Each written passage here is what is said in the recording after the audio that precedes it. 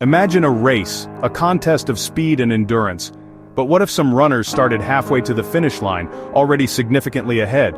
What if others were forced to begin far behind, facing a monumental disadvantage right from the start? And what if some had to run barefoot through mud, while others enjoyed a smooth, paved track? That's life for many people around the world. It's a race where the starting lines are far from equal.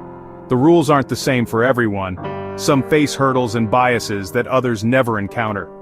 Injustice and favoritism shape our world, creating disparities that impact opportunities and outcomes. It's like tilting the playing field from the start, making it harder for some to even stay on their feet. Imagine two kids, both with dreams as big as the sky. One gets every advantage, the best education, unwavering support, and a network of opportunity. The other faces obstacles at every turn, poverty, discrimination, and a constant struggle for basic needs. Same race, wildly different paths, determined not by talent or effort alone, but by the circumstances of their birth. We all know what fairness feels like, that innate sense of justice that resides within us. As kids, we'd shout, "That's not fair," with unwavering conviction. We knew it instinctively when someone broke the rules, when the game was rigged. But as we grow up, something changes. The unfairness gets bigger, more systemic, and harder to ignore. And we start to accept it as normal, a sad reality we feel powerless to change. But accepting an unfair system doesn't make it right. It only perpetuates the injustice. It just means more people are forced to run from behind, struggling to catch up in a race they never had a fair chance in. This isn't just someone else's problem, a distant issue we can afford to ignore. It's the world we all live in, the shared reality that shapes our lives and destinies.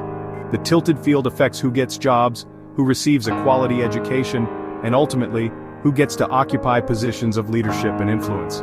It wastes human potential on a global scale, depriving the world of the contributions of countless talented individuals.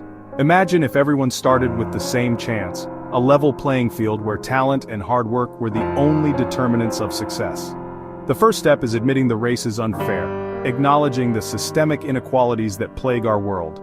Only then can we begin to fix it, working together to create a more just and equitable world for all. Injustice isn't just one isolated incident or a single bad apple. It's a complex web of interconnected problems that affect communities worldwide. It's a deeply rooted issue. Systemic injustice is unfairness meticulously built into society's rules, laws, and institutions. It manifests in various forms like racial discrimination or gender inequality, which has persisted for far too long.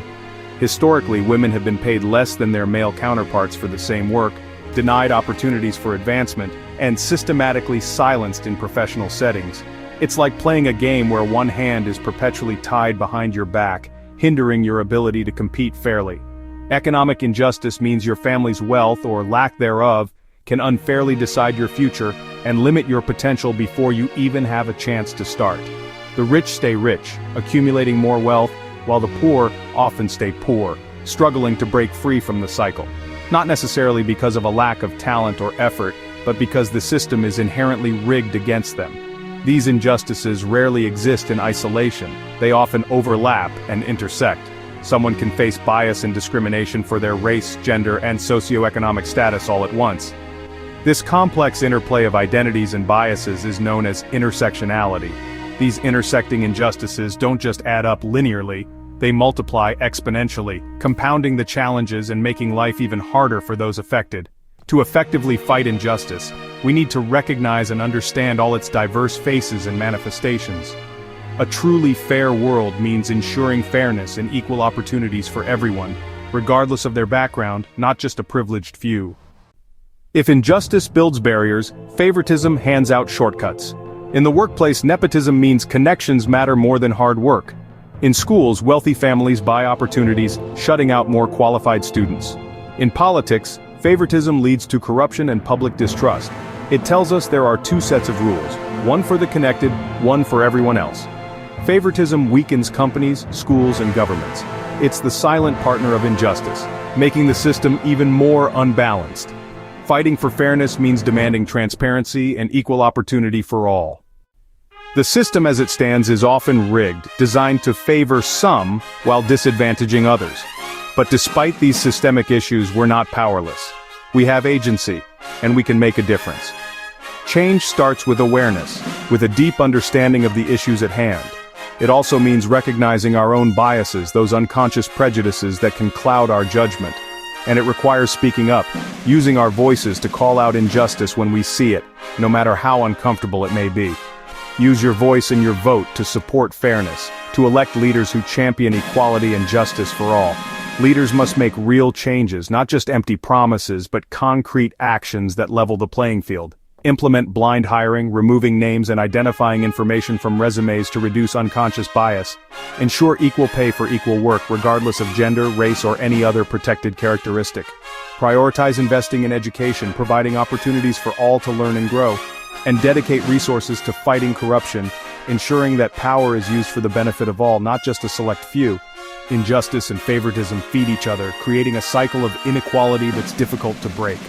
To break the cycle, we must tackle both head-on, challenging unfair practices and promoting ethical behavior. Promote fairness in all aspects of life, in our workplaces, our communities, and our government.